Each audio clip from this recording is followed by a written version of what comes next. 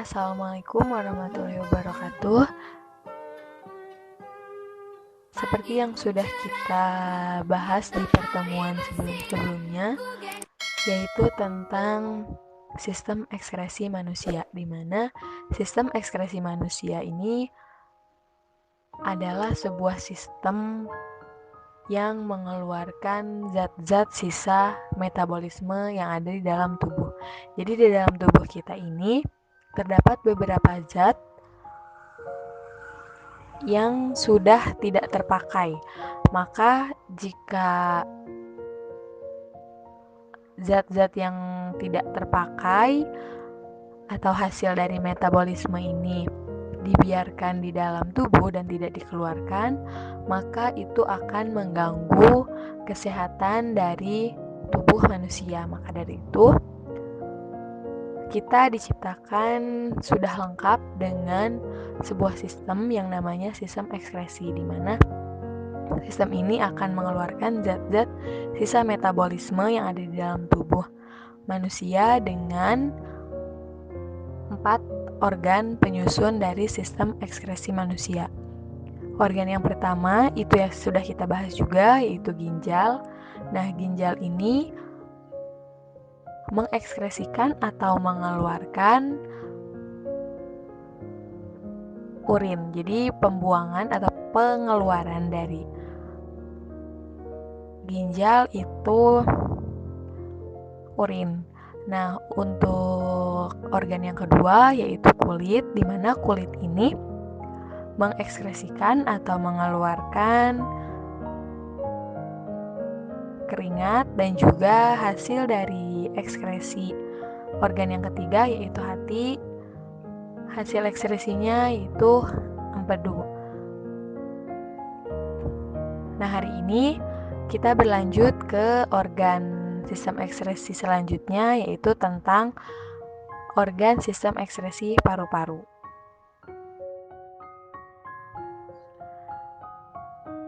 Organ ekskresi yang selanjutnya akan kita bahas yaitu organ paru-paru.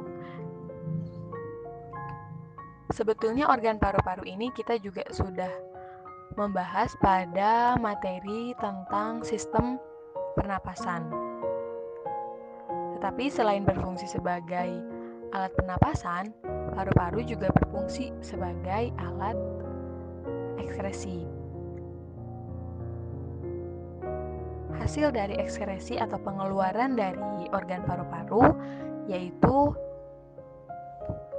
karbon dioksida dan juga uap air. Jadi ketika kita bernafas, itu kita akan menghirup oksigen dan hasil pengeluarannya yaitu berupa karbon dioksida plus uap air.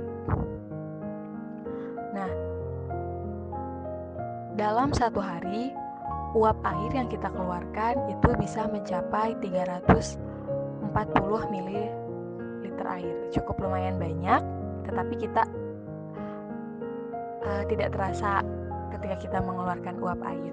Nah, ternyata jika dikumpulkan uap air yang kita keluarkan dalam sehari itu bisa mencapai 340 ml. Baik, untuk struktur paru-parunya itu kalian bisa lihat di gambar yang sudah Ibu kirim ini, atau kalian bisa melihat di buku paket halaman 91. Di situ terdapat gambar struktur paru-paru pada manusia, di mana paru-paru ini terdapat 2 bagian di dalam tubuh kita. Ada paru-paru sebelah kanan dan juga paru-paru sebelah kiri.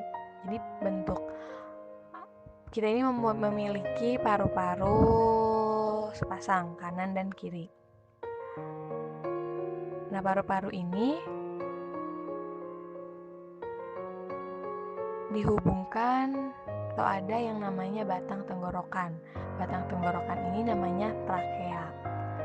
Trakea memiliki cabang yang berhubungan dengan paru-paru kanan dan juga paru-paru kiri. Nah, cabang dari trakea ini disebut dengan bronkus. Dan bronkus juga ada Pencabangannya itu di dalam paru-paru. Jadi di dalam paru-paru kita ini terdapat cabang-cabang dari bronkus. Nah, pencabangan dari bronkus ini dinamakan dengan bronkiolus. Dari bronkiolus itu ada juga pencabangan. Jadi di ujung paru-paru itu ada namanya alveolus. Jadi di dalam paru-paru kita ini ada yang namanya alveolus.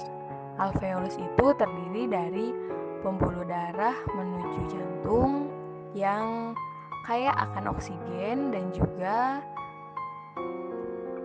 ada pembuluh kapiler. Lalu ada juga saluran pembuluh darah dari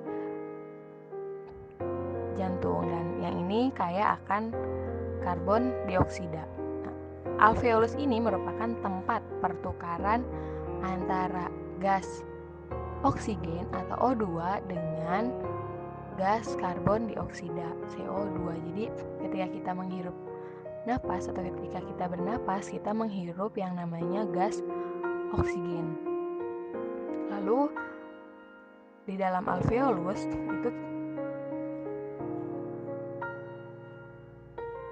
diolah dan dikeluarkan hasil dari pernafasan itu berupa gas karbon dioksida atau CO2 beserta uap air. Nah, gas karbon dioksida beserta uap air inilah yang disebut sebagai zat sisa metabolisme pernafasan atau hasil dari pengekskresian organ paru-paru.